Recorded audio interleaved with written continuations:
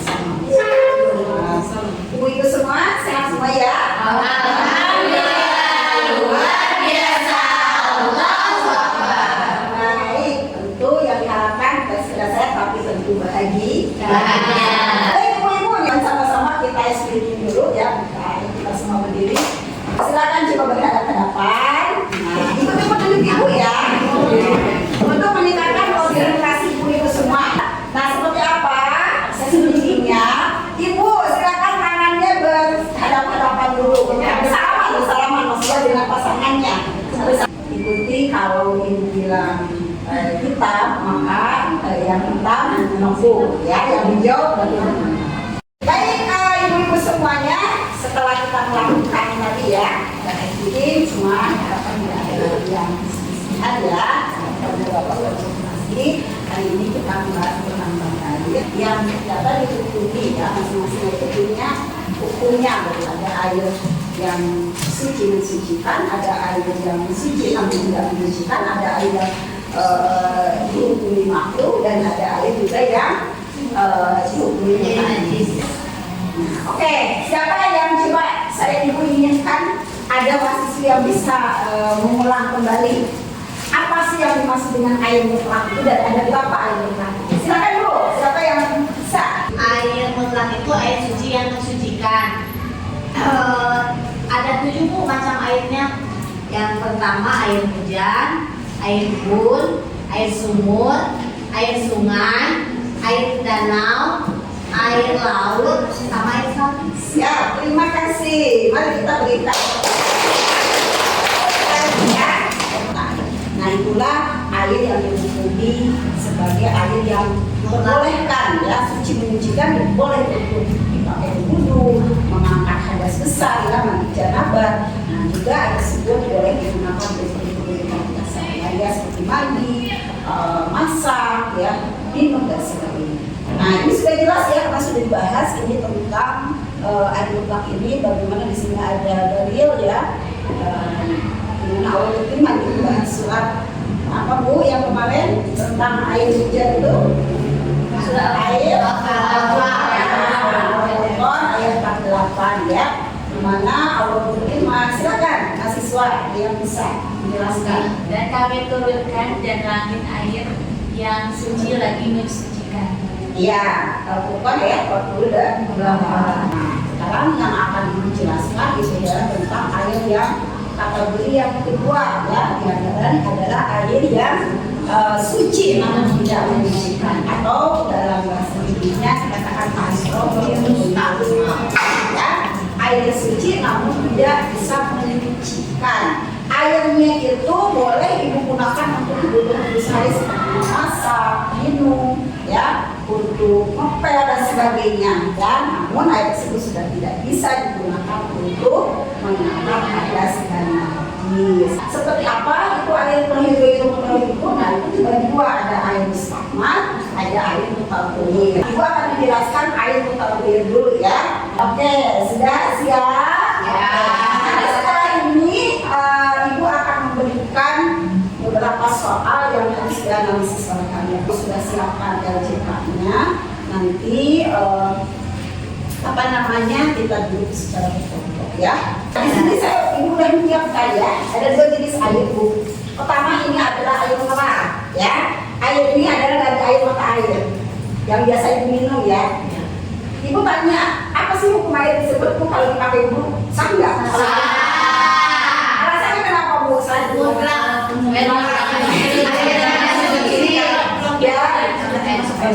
Ya, air tersebut adalah air yang keluar dari mata air ya, dan belum ada tercampur apapun. Ini adalah air murni asli ya. Di samping boleh dipakai minum, juga bisa mengangkat hadas dan najis. Boleh Bu berwudu dengan air yang begini? Boleh. Bisa kebut ini? Boleh. Boleh ya. Karena Rasulullah itu Bu kalau berwudu itu menggunakan air yang 1 mut. 1 mut itu ditafsir ya oleh para ulama itu ternyata 1 aqua begini seperti ini ya, segini.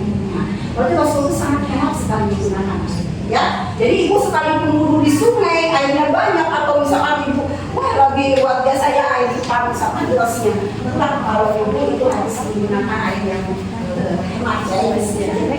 Sebagian dalam sekolah sudah memberikan contoh. Gimana ya? Nah, kembali lagi, Ibu akan membahas tentang air muka yang tadi ya. Misalkan contoh, Risma mau berwudu, membeli air. Kebetulan air minuman tidak ada lagi yang besar gitu ya, hanya ada yang mitra.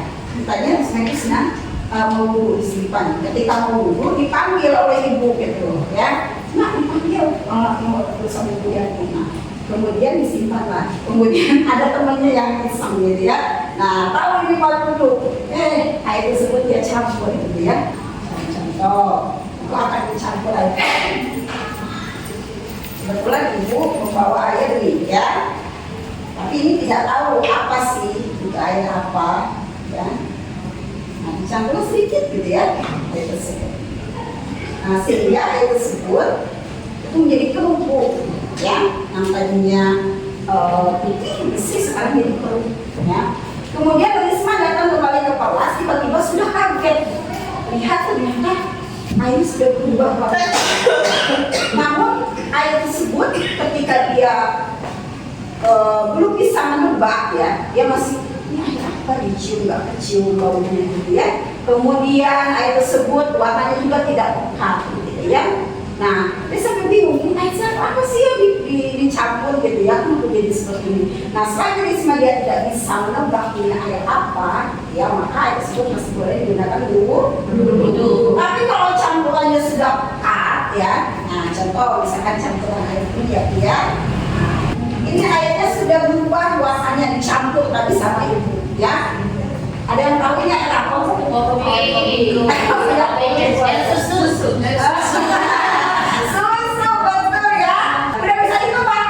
Ya, oh itu tadi dicampur yang awal air putih dicampur susu jadi air susu, maka air tersebut sudah tidak boleh digunakan wudu ya.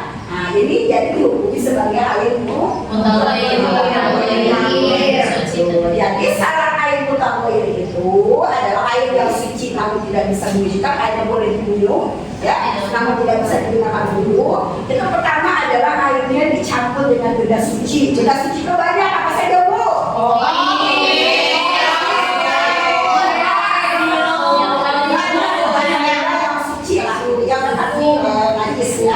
Nah, kemudian benda tersebut pencampurannya sangat pekat ya, sangat signifikan ya, sangat kuat pencampurannya sehingga bisa ditebak ini air kopi, ini air gula, ini air teh atau dan sebagainya. Maka air tersebut tidak boleh digunakan wudu. Oke Bu, itu aja karena berhubung waktu yang penjelasannya mudah-mudahan ini yang sedikit ini bisa dipahami ya, bisa kemudian nanti diamalkan ya di kehidupan sehari-hari. Ya, ibu jangan sampai salah lagi nanti menggunakan itu ya. Nah hari ini ada beberapa soal yang perlu kalian analisis. Jadi dilakukan secara kelompok ya, diskusi kelompok. Nanti setelah itu baru dipresentasikan. Gitu ya Bu ya. Oke. Siap Bu? Siap. Nah sebelum mengerjakan LKPD, coba sekali lagi Bu, apa syarat cetakan air mutawatir itu? Suci tapi tidak ya, hukumnya suci namun tidak menyucikan itu boleh dipakai minum tapi tidak bisa menggunakan. Ada syaratnya apa Bu?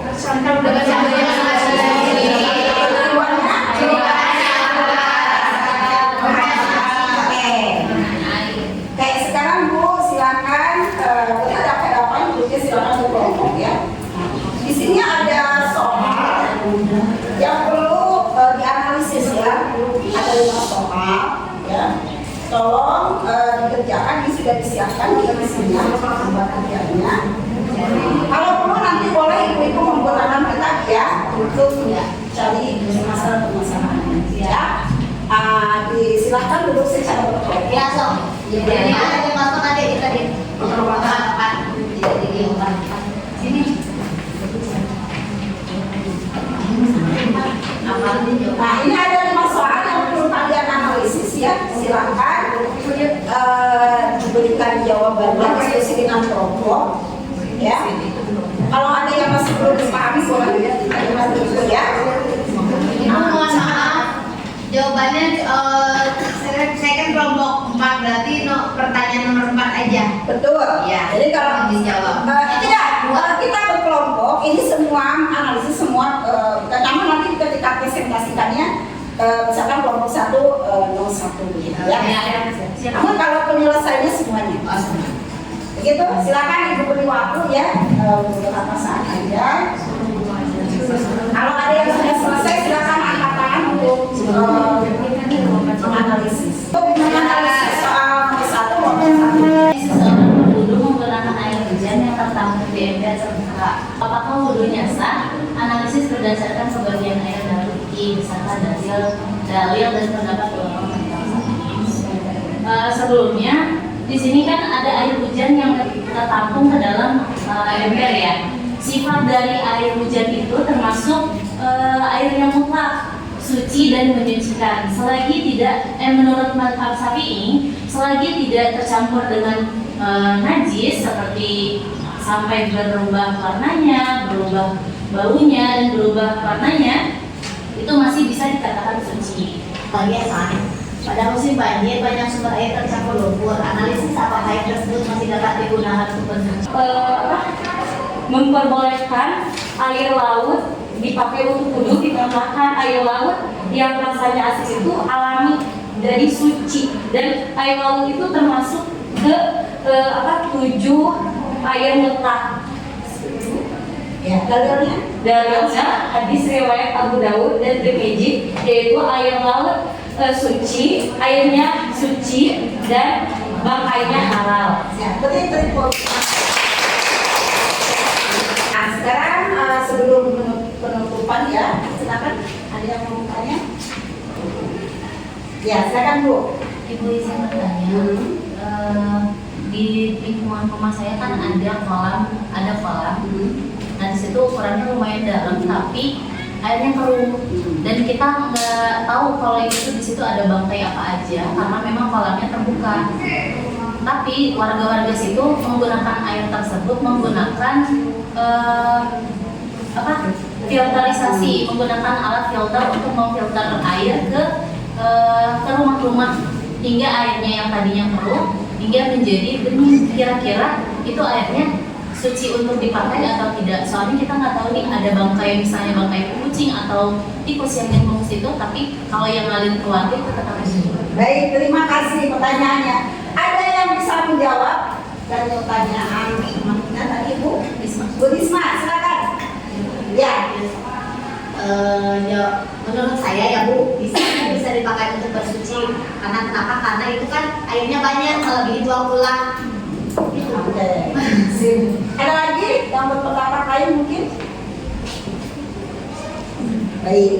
Kalau masih ayat satu ini. Asal air itu tidak berbau dan tidak berubah wujud. Oke, terima kasih ya atas jawabannya. Oke, satu orang lagi yang bertanya, silakan sebelum ditutup. Silakan Bu Siti Masya. Ibu, kalau misalnya hujan nih, kita mau wudhu pakai air hujan. Nah, air hujan itu harus boleh nggak kalau dari dari genting airnya untuk wudhu, apakah sah airnya atau tidak? Oke, silakan ada yang bisa menganalisis jawaban. Silakan Bu. Dari pertanyaan tersebut kita bisa menganalisis dan kadang membawa perasaan sendiri ya. Kadang tuh di genteng suka ada hewan yang lewat di atas, kadang suka ada kotoran kucing yang sembarangan. Nah, jadi kita juga bisa memastikan gitu, kayaknya kotor deh air itu karena kena kotoran najis hewan gitu. Alangkah baiknya kalau memang mau mengambil wudhu yang air hujan jatuh langsung di tangan kita tanpa adanya melewati genting, pipa atau dan bentuk lain sebagainya. Jadi dari air hujan langsung di tangan kita. Sebaiknya sih seperti itu. Terima kasih jawabannya betul ya. Ya, wallahu a'lam bishawab. Begitu aja. Terima kasih ibu semua atas waktunya ya. Alhamdulillah, mudah-mudahan ilmu yang sedikit ini bermanfaat ya. Jadi tujuan dulu pertemuan ini dengan mengucapkan wassalamualaikum warahmatullahi wabarakatuh. Waalaikumsalam.